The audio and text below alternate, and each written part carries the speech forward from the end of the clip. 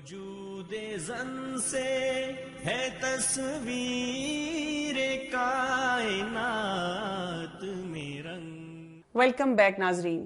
ملاقات کا وقت ڈاکٹر ذکیہ ہاشمی کے ساتھ، ہومیوپیتھک ڈاکٹر اور ماہر ہیں طب نبوی کی، 25 سال سے پریکٹس کر رہی ہیں، ڈریپ کی ایڈوائزری کمیٹی میں بھی ہیں، جو ڈرگ ریگولیٹری اتھارٹی ہے پاکستان کی. السلام علیکم ورحمۃ اللہ وبرکاتہ. وعلیکم السلام ورحمۃ اللہ وبرکاتہ. آج میں ایک اور ٹاپک آپ کے پاس لے کے آئی ہوں. بہت سے لوگوں کی مشکل ہے اور میں چاہوں گی کہ کچھ مشکلیں آسان بھی کریں. جیسے آپ نے بہت سے ہمیں مفید مشورے دیے. کچھ لوگ بہت پریشان رہتے ہیں ایک چھوٹا سا مسئلہ جو کہ بہت بڑا بن جاتا ہے، اور وہ ہے خوشبو اور بدبو. یعنی خوشبو کا صحیح استعمال کیا ہے، اور بدبو جو جسم سے آتی ہے، منہ سے آتی ہے، جسم سے آتی ہے، اس کے لیے کیا طریقہ کار اختیار کیا جائے. تو ہمیں آپ طب نبوی کی روشنی میں پلیز ہماری رہنمائی کیجئے کہ ہم کیا کر سکتے ہیں اس میں. بسم اللہ الرحمن الرحیم. دو طریقے ہیں. ٹھیک ہے. ایک تو ہوتا ہے حفاظتی تدابیر کا، اور دوسرا یہ کہ جب آپ کسی بیماری یا تکلیف میں مبتلا ہو جاتے ہیں تو علاج کا. ٹھیک.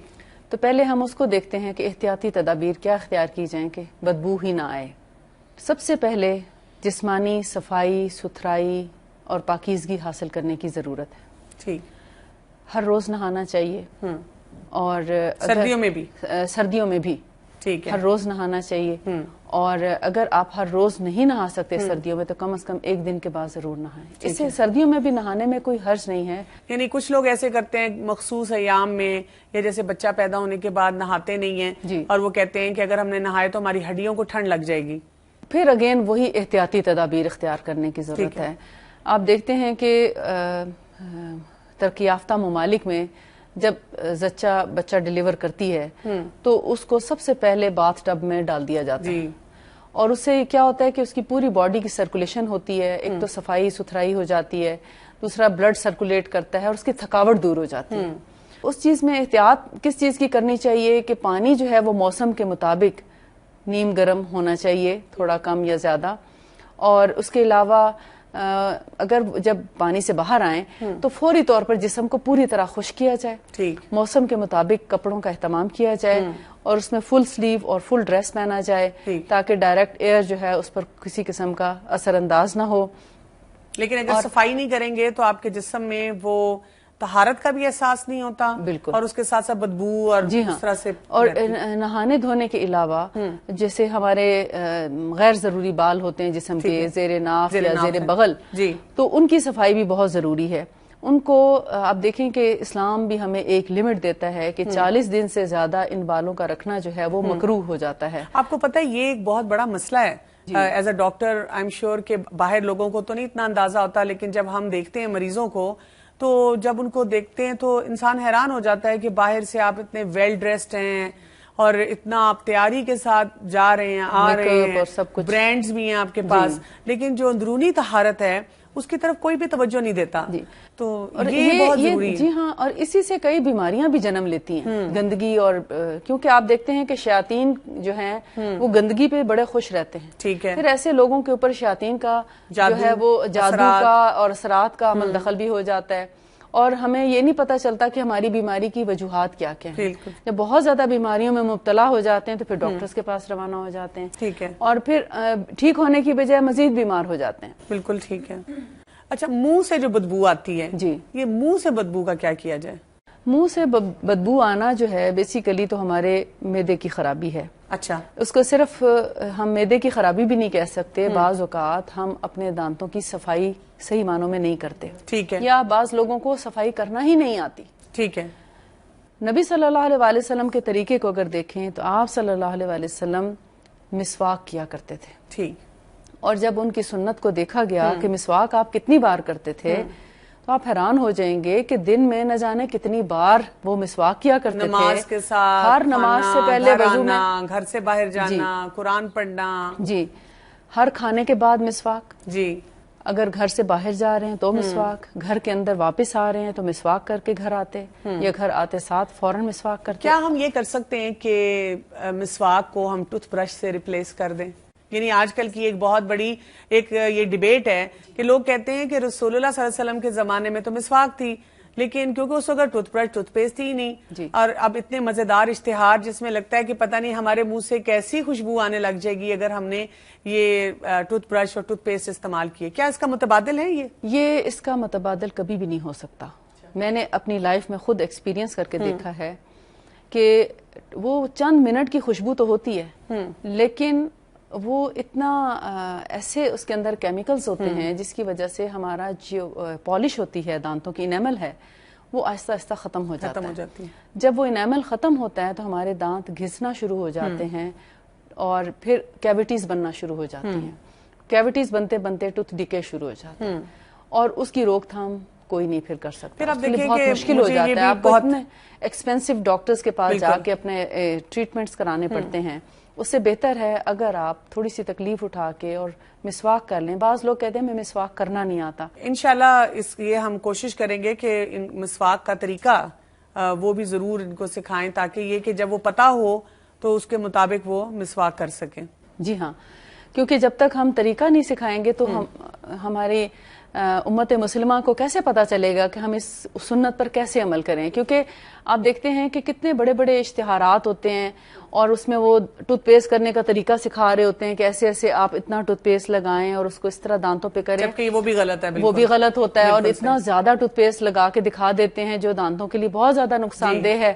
اور پھر جب دانت خراب ہو جاتے ہیں تو آپ کا معدہ خراب ہونے لگتا ہے اور اس کے آگے پھر اور بیماریوں کا سلسلہ شروع ہو جاتا ہے. جو مسواک ہے اس کو پہلے لینا ہے ہم نے پانی میں ڈپ کرنا ہے، پانی میں ڈپ کر کے اس کو یعنی دھو لیں، اس کو دھو لیں. ٹھیک ہے. دھونے کے بعد اس کو تقریباً 1 انچ کے فاصلے جتنا ایک کٹ لگا لیں مسواک کی ڈنڈی پر. ٹھیک ہے. اور اس کو پھر آہستہ آہستہ دانتوں سے ہلکے ہلکے چباتے رہیں جیسے آپ کوئی بھی چیز ہلکے ہلکے، بہت زور سے نہ کریں کہ ایسا نہ ہو آپ کے دانت کو کوئی نقصان پہنچے. اس سے وہ برش سا بن جائے گا. برش سا بن جائے گا، وہ الگ الگ اس کے ریشے ہو جائیں گے. اور پھر اس کو نبی صلی اللہ علیہ وسلم کی سنت کے مطابق درمیان سے شروع کیا جاتا، اوپر کے دانتوں سے، اور اس کو رائٹ سائڈ پہ اوپر کے دانتوں کو پہلے صاف کرتے اور سرکولر موومنٹس اور سرکولر موومنٹ میں، اور پھر واپس دوسری طرف لایا جاتا. اسی طرح پھر نیچے کے دانتوں کو، پھر اندرونی طور پر بھی ان کو اسی طرح صاف کیا جاتا اور سارے ہر طرف سے حتیٰ کہ دانتوں کے پیچھے تک سے. اور صرف یہی نہیں کہ دانتوں تک، پھر اس کے بعد وہ زبان پر بھی کرتے اور زبان پر اتنی دور تک کرتے جہاں پر ہمارے خاص وہ ٹیسٹ برڈز ہوتے ہیں ان تک گلے کے یعنی اینڈ تک کرتے، ان کی آواز نکلتی، وہاں تک وہ اپنی زبان کو صاف کرتے، زبان کی جڑ کو. میرے لیے تو ایکچولی یہ بہت امپورٹنٹ چیز تھی کہ رسول اللہ صلی اللہ علیہ وسلم کے جو آخری ایام میں جو ایک چیز آتی ہے کہ انہوں نے جو آخری کام کیے ان میں سے ایک آتا ہے کہ مسواک انہوں نے کی. جی ہاں، سبحان اور اللہ. پھر یہ کہ وہ اس حدیث کا بھی مجھے بہت زیادہ ایک موٹیویٹ کرتی ہے کہ وہ کہتے تھے نا کہ جس کا مفہوم یہ ہے کہ اگر میری امت پہ گراں نہ گزرے تو شاید یعنی کہ ہر نماز کے ساتھ یہ چیز فرض ہو جاتی ہے.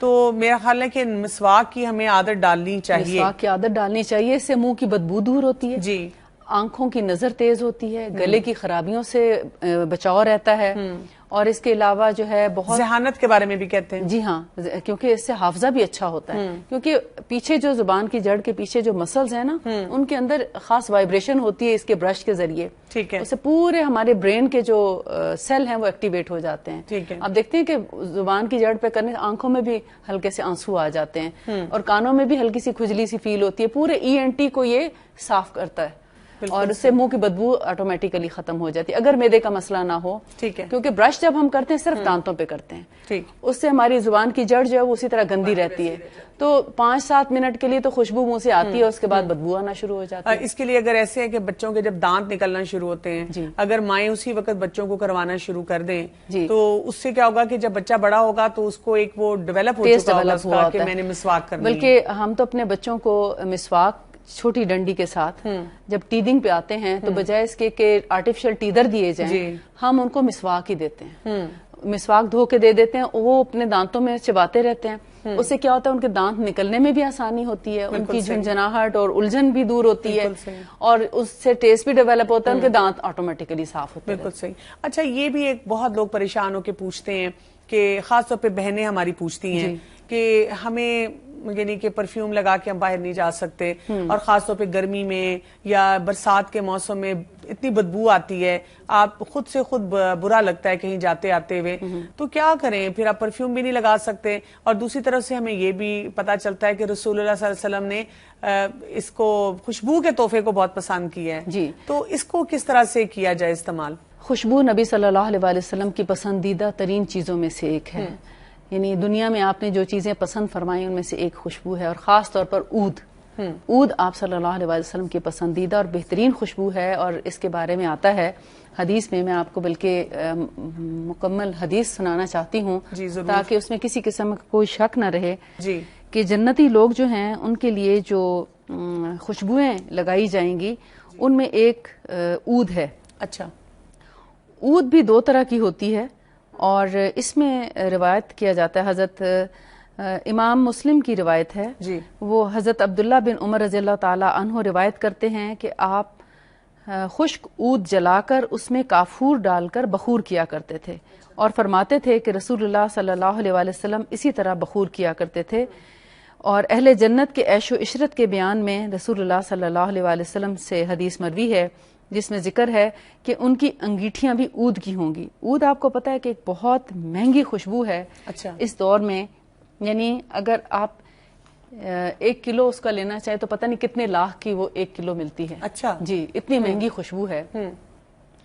یہ دو طرح سے ہے, ایک تو لکوڈ فارم میں جیسے ہمیں ملتی ہے ہم اس کو عطر کے طور پہ لگا لیتے ہیں, اور دوسرا لکڑی ہوتی ہے اس کی, اس کو جلایا جاتا ہے, پورے گھر میں خوشبو اس کی آ جاتی ہے, اور اس سے بڑا ایک خوشگوار ماحول پیدا ہوتا ہے اور خوشگوار مزاج ہو جاتا ہے انسان کا. تو یہ جو خوشبو ہے اگرچہ مہنگی ہے مگر تھوڑی سی لگانے میں جو ہے جب آپ کا ماحول اتنا اچھا ہو جاتا ہے تو آپ کو یعنی ایک سنت بھی پوری ہوتی ہے. ٹھیک ہے, اور جہاں ہم اور چیزوں پہ اور برتنوں پہ اور ڈیکوریشن پیسز پہ اتنے ہزاروں روپے لگا دیتے ہیں, تو ہم اس ایک سنت کو پوری کرنے کے لیے چند روپے اگر لگا لیں تو میرا خیال ہے کہ لیکن یہ کہ مرد حضرات, اور آج کل آپ دیکھیں کہ ویسے بھی پرفیومریز جو ہیں جی یہ اتنی بڑی انڈسٹری بن چکی ہوئی ہے. جی, تو اگر ہم سنت کے مطابق استعمال کریں تو ایک تو ہمیں سنت کا ثواب ملے گا, دوسرا ہمیں اچھی خوشبوؤں کے بارے میں آگاہی ہونی چاہیے کہ جہاں اتنی دنیا اتنے ڈھیروں قسم کے پرفیومز اور عطر بنا رہی ہے تو ہمیں یہ تو پتا ہو کہ ہمارے رسول صلی اللہ علیہ وسلم کس قسم کی خوشبو پسند کرتے تھے. اس میں بھی بہت حکمت ہے کہ آپ صلی اللہ علیہ وسلم نے جن خوشبوؤں کو پسند فرمایا اس کے اندر ہماری ذہانت, ہماری شجاعت, دلیری, بہادری, ہمارے مزاج کا پختہ پن اور ہمارے یعنی دل کی کیفیت جو ہے اس کی بہت یعنی ایک حکمت پائی جاتی ہے کہ اس کے اندر بڑی تبدیلیاں آتی ہیں انسان. خوشبو آپ دیکھیں آج کل اروما تھراپی جو ہے کس قدر پاپولر ہو رہی ہے, اور بڑا مہنگا علاج بھی ہے. اس کے ساتھ مریضوں کا علاج کیا جاتا ہے اور ان کو مختلف خوشبوؤں کے ساتھ ان کے بالکل. آپ دیکھیں نا, ہم سائیکولوجیکل پرابلمز اگر خود بھی خوشبو لگاتے ہیں, لباس اچھا پہنتے ہیں, اندرونی طہارت, تو ایک فیلنگ ہی اور ہوتی ہے. اور اگر آپ کسی دن بالکل بیٹھے ہوئے ہیں, کپڑے بھی نہیں بدلے, تو آپ دیکھیں ویسے ڈپریشن ہونا شروع ہو جاتا ہے انسان. لیکن جو میں نے آپ سے شروع میں بات کی تھی, مرد حضرات تو چلے آسانی سے لگا لیں گے, ہماری خواتین ہماری بہنیں جو ہیں وہ کیسے اس سے فائدہ حاصل کریں؟ جی, خواتین کے لیے بھی خوشبو لگانا منع تو نہیں ہے, لیکن یہ ہے کہ مردوں کو تو جیسی بھی خوشبو وہ لگانا چاہیں لگا سکتے ہیں, اور اینی ویئر وہ ہر جگہ لگا سکتے ہیں. لیکن خواتین کے لیے تھوڑی سی احتیاط کرنے کا حکم ہے, کیونکہ آپ صلی اللہ علیہ وسلم نے فرمایا کہ عورت کو خوشبو لگا کے باہر نہیں جانا چاہیے. یعنی اس کو اتنا برا سمجھا گیا جتنا کہ زنا کو, یعنی اس کی خوشبو جو ہے دوسرے غیر محرم تک نہیں پہنچنی چاہیے. اس لیے بہت احتیاط کی ضرورت ہے کہ جب ہم خوشبو لگائیں تو اپنے باہر کے کپڑوں پر نہیں بلکہ اندرونی طور پر کپڑے پہننے سے پہلے اپنے جسم پر لگا لیا جائے, اور خوشبو جو ہے وہ مردوں کے مقابلے میں قدرے ہلکی خوشبو ہو. ٹھیک ہے, اور باہر جاتے وقت مت لگائیں, یا تو بہت دیر پہلے لگا لیں تاکہ باہر جانے تک اس کا اثر تھوڑا پھیکا ہو جائے, اور یا پھر اپنے جگہ پر پہنچ کے جیسے آپ شادی بیاہ میں یا اپنے کسی پروگرام میں آپ جا رہے ہیں تو وہاں پہنچ کر آپ لگا لیں, تاکہ آپ کو راستے کی جو ایک یعنی وہ گلٹی فیلنگ نہ ہو کہ آپ کسی خدا نہ خواستہ گناہگار ہو رہے ہیں لگا کر راستے میں مردوں کو سنگھا کے. تو بہتر ہے کہ ان کو وہاں پہنچ کر لگا لیجیے. اور لیکن اس کا طریقہ بہترین یہی ہے کہ آپ کپڑوں کے اندرونی یعنی انڈر آرم یا اپنے کانوں کے پیچھے یا ایسی جگہ پر جہاں سے خوشبو جو ہے وہ بہت دور تک نہ جائے. اچھا, اسی سے خوشبو سے ریلیٹڈ ایک اور چیز ہے پسینہ. جی, کچھ لوگوں کو پسینہ بھی بہت آتا ہے، وہ کہتے ہیں ہم طہارت بھی رکھتے ہیں، ہم صفائی کا بھی خیال رکھتے ہیں، ہم بہت لگاتے ہیں پرفیومز وغیرہ بھی، لیکن پسینے کا کیا کریں؟ اتنا زیادہ پسینہ ہمیں میں سمجھتی ہوں کہ جن لوگوں کو بہت زیادہ پسینہ آتا ہے ان کو پھر ایک دفعہ اپنی غذا پہ غور کرنا چاہیے کہ کیا وہ بہت زیادہ قسموں کے گوشت تو نہیں کھاتے. یعنی جیسے ایٹ اے ٹائم جب آپ مرغی بھی، مچھلی بھی، اور چھوٹا گوشت بھی اور بڑا بھی، یعنی مٹن، بیف سب اکٹھے کھا رہے ہوتے ہیں، تو اس میں آپ کے باڈی کے اندر کچھ ایسے کیمیکل چینجز آتے ہیں کہ آپ کے ہارمونز تک کو افیکٹ کرتے ہیں. ٹھیک ہے. پھر آپ کو اس قسم کے پرابلمز کا سامنا کرنا پڑتا ہے. ٹھیک ہے. اگر آپ کی غذا سادہ ہے، اگر آپ سبزی کا استعمال زیادہ کرتے ہیں اور پھلوں کا استعمال بھی کرتے ہیں، تو آپ سے ایسے پسینے کی بدبو آنا جو ہے وہ کم ہو جاتی ہے. ٹھیک ہے. پانی کا استعمال بھی زیادہ کریں. اور جب آپ دیکھتے ہیں کہ بہت زیادہ پسینے کی بدبو آ رہی ہے تو پھٹکڑی کا استعمال بھی کیا جا سکتا ہے. نہانا دھونا تو ہمیں یعنی چاہیے، ڈیوڈرنٹ کے مقابلے میں پھٹکڑی بہت پھٹکڑی بہتر پسینہ ہے. کم کرنے میں بہت مددگار ہے. لیکن پسینے کو کم کرنے کے بعد اگر آپ چاہتے ہیں کہ خوشبو بھی آپ کے جسم سے آئے تو سب سے اچھی خوشبو عود ہے. اس کے بعد آپ صلی اللہ علیہ وسلم نے مشکی جسے مسک کہا جاتا ہے اس کا فرمایا کہ وہ بہت اچھی خوشبو ہے، اور اس سے انسان کو ایک تقویت بھی ملتی ہے. ہم آج کل کہتے ہیں نا ہمارے پٹھے تھک گئے ہیں، کمر تھک گئی ہے، اور ہمارے اندر ایک کمزوری اور اس کا احساس ہوتا ہے، تو خوشبو ہمیں ہماری قوت کو بھی بڑھاتی ہے، انرجیٹک بنا دیتی ہے. انرجیٹک بنا دیتی ہے. بہت بہت شکریہ آپ کا. آج کے پروگرام میں ہم نے آپ سے بہت کچھ سیکھا. ناظرین، آج ہم نے خاص طور پہ فوکس کیا ہے خوشبو اور بدبو اور پسینہ، اور یہ ایسے چھوٹے چھوٹے چیزیں ہیں جو کہ ہمیں اپنے جسم کے لیے، اپنی طہارت کے لیے بہت زیادہ خاص طور پہ پتہ ہونی چاہیے. ہمیں اپنے گھروں میں، اپنے بچوں میں، اپنے ارد گرد کے لوگوں میں اس چیز کے بارے میں بھی ایک اویئرنیس دینی چاہیے. ان کو بتانا چاہیے کہ اللہ کے رسول صلی اللہ علیہ وسلم نے کس قدر ہمیں خوبصورت چیزیں دی ہیں. اگر ہم اپنے اندر زندگی میں اس کو شامل کریں تو ہم صفائی ستھرائی کے بہترین اصولوں کو اپنے ساتھ لے کے چل سکتے ہیں. وقت ہوا ہے ناظرین ایک بریک کا.